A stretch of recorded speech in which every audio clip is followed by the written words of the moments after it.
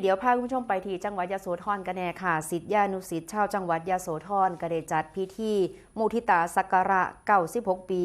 หลวงปู่ประสานสุมโนพระอริยสงฆ์แห่งหลุ่มน้ำชีค่ะ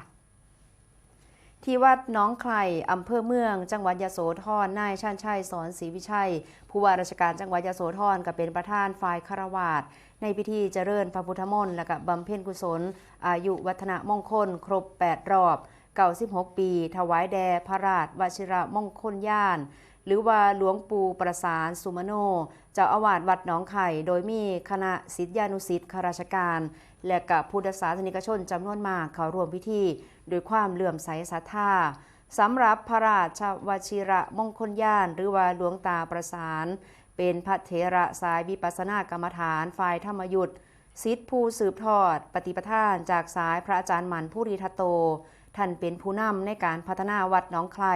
จนเป็นศาสนสถานที่สงบร่มเย็นและก็เป็นที่ประดิษฐานหลวงพ่อพระพิชิตม่านพระพุทธรูปศักดิ์สิทธิ์คู่บ้านคู่เมืองทั้งนี้ตลอดระยะเวลาที่ผ่านมาท่านก็ได้สร้างคุณูปการอย่างยิ่งใหญ่ทั้งด้านศาสนาศึกษา